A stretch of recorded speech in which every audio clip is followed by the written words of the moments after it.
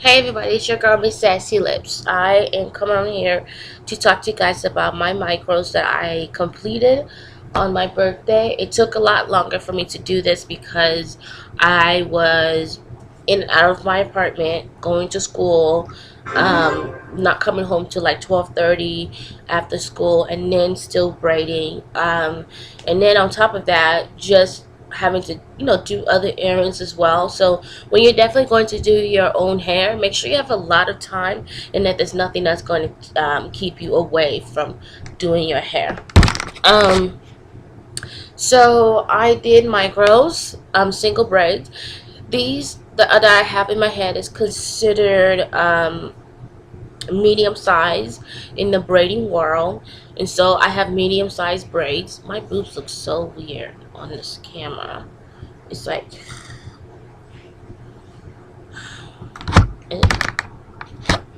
is it my boobs that looks like that? Anyways, sorry y'all. Um, yeah. So make sure you have a lot of time. These are, like I said, medium-sized braids. Um, yeah. It did take me a while. I started last Sunday and I ended on Thursday the 7th of my birthday. And I did this 100% Collectalon hair. And I did a video showing what the pack of hair looks like and the hair looks like as well. And I did the hot water setting. I'm not quite sure if there's a difference between Collectalon braiding hair and Collectalon weaving hair. I'm not sure if you can use a curling iron to curl it whenever you want, on a low curling setting. The packet did say hot water setting, so yeah, I'm not sure if there's a difference between Collectalon fiber for braiding hair and Collectalon for weave. Also,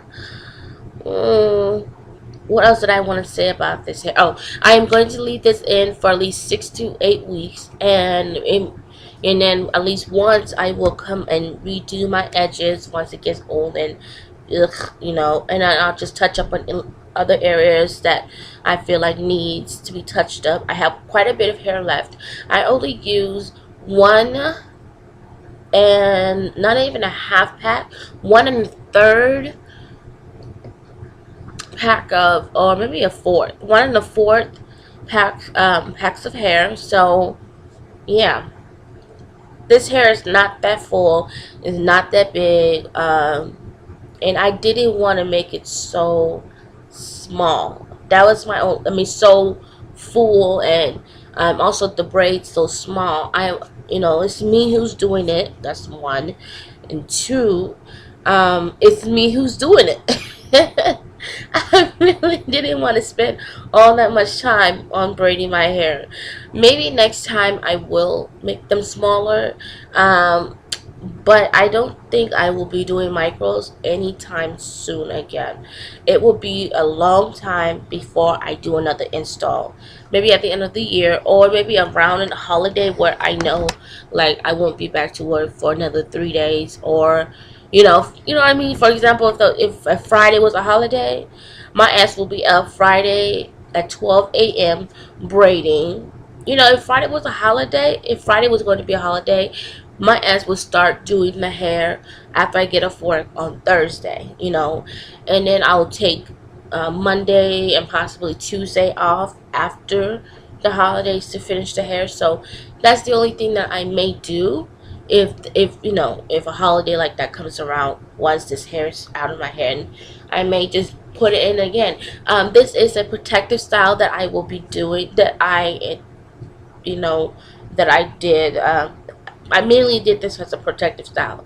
One, I didn't want to, mess with my natural hair. I'm so sick and tired of my natural hair, to the point where, like, I am having thoughts of relaxing. And so, to prevent me from having those thoughts and actually going through with the relaxer, I decided that I am just going to do a protective style. I had either two. I had like about three choices that I wanted to do. One, either do a quick weave that I take out like 2-3 weeks, and that alone would have made me very upset because I don't want to take out my quick weave in 2-3 weeks and then have to mess with my natural hair and then do it again and then do another quick weave. So then the other option was, so that was out. The other option was to do a crochet, and I have hair that is twisted. There's hairs on the tracks that's already braided or twisted. Well, I have the one that's twisted, but I don't have. But the only thing was, after I thought about it, and I said, well, the amount of hair that I have is not going to be enough for my crochet twists. I honestly, I was like, it's not gonna be enough. It really isn't gonna be enough. I have a big head, and they're so small to the point where spacing it, and it's not going to be ideal because there's just going to be too many gaps going on. So I knew that I wouldn't have enough hair, so that was out. And then my other option was either to do kinky twist or some type of twist with extensions or micros. I told myself that I was going to do micros the next time I was going to put hair in my head. And I think I told you guys that I was going to do a tutorial on how to braid and twist. But anyway, so I didn't do a tutorial. I did videotape me doing a couple of braids, but it's not a tutorial video. The reason why I didn't do a tutorial, I just sat and I thought about it and said, you know what, when it comes to showing you guys how when people want to say tutorial, especially on braiding, they know how to braid. It's just the fact that they don't know how to hook the hair onto your scalp, how to get it close to your scalp and hook it and have it stay. So that was the only thing that I was like, there's no way I can do a video showing you guys close to my scalp how I hooked it on and all that. I can talk about it, but there's a lot of people out here, a lot of people in the world that have to see it being done to understand it and to duplicate it. So I did explain, okay, when you hold it on, and I did explain my method, but it's just very hard to show you guys exactly up close how I did it. So I don't think I would do a tutorial, but if you really want a video of me showing you guys, I can come back when I do my edges and show you guys how I did it. What else is I gonna say? This hair is not that long.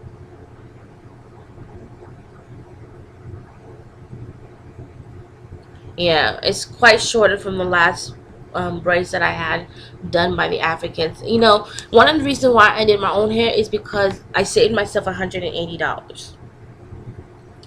$160 to $180. I saved myself that, and I saved myself from having 2 to 3 people's hands in my head. I saved myself from that, and that can be very annoying, very irritating, and very painful to have all these people's hands in your head, because one person's hand may not hurt, as they're braiding. You may be cool with that person, like, oh, okay, this doesn't hurt, then you could sit for that freaking 8 hours. But then when you have 2 other people where one side of your head is hurting so bad that you are just tempted to go like this, and then the other person is here is like, no, stop moving. It's very irritating, and so I had to teach myself how to do my own hair. And that's one of the reasons, I finally got to the point where it's like, why should I pay $180? I'm going to attempt to do my own twist. The reason why I started doing twists first was because when you're twisting your hair, making a mistake will not be noticed, because it's just twists. But then when it comes to braiding, you want to make sure your braids are neatly done and nicely packed. You know what I mean? So, you see, this is what I'm talking about. When it comes to braiding, you want to make sure you're as close to the scalp as possible. So that's the only reason why I started off doing my twists. So if you are ever going to put extensions like braiding hair in your head, make sure you start doing something that's a little simpler, and that way if there's any flaws, any mistakes, it's not noticeable. You know, nobody can really see it. So I start off with a twist. I with one pack of hair, I cut it in half. You know how that's usually a rubber band. For this hair, I cut that in half, and then I cut the halves in half again, and that's how I got this length without it being curled. You know, the hair's a little bit longer, I believe, without it being, you know, waved up and curled up. So it's about this long. Oh, and also yeah, there are some layers in this. I don't know, it just seemed like as I got closer to the top of my head, it got a little bit shorter, and so I had to improvise, especially in the back. And I noticed, I was like, whoa, why is this getting shorter even though I cut the hair the same length? So I had to make some parts of the back of my hair a little bit longer, just so it can balance out. So I have length in the back, and then it gradually goes up. So I had to cut the hair differently, even though I cut it the same length. I had to cut differently. I had to make some, you know, the back of my hair longer than the front, and as I did the back, it, you know, whatever. That's what I had to do. I think next time I will make these smaller. And I will definitely do my edges a little bit different. You know, I have these gaps. I'm not really filling these gaps. One, my hair is pulled back, and so next time I'm gonna make sure I, you know, don't have so many spaces in the front. So this is one of the mistakes that I did, and I'm learning. This is the second time I've done a full head of hair. My whole head. So like I said, it's a learning experience. I know next time I do micros, it's gonna be even better and nicer. It may be a lot fuller, it may be a lot longer. Excuse me. Maybe I may use wet and wavy hair. Most likely I won't. But anyways, it is gonna be a lot different when I do my hair next time. So I wanted to just come on here and just tell you guys what I did. You know, this is the hot water setting. I pulled my hair back. That's about it. If anybody wants, like I said, when I come back for my edges, I can show you guys my edges and how I achieved that. I'm sorry for my puffy face and the movement of the camera, but I literally just like woke up, so my face is puffy. And thank you for watching. Any questions, comments, and all that, leave it below. Bye.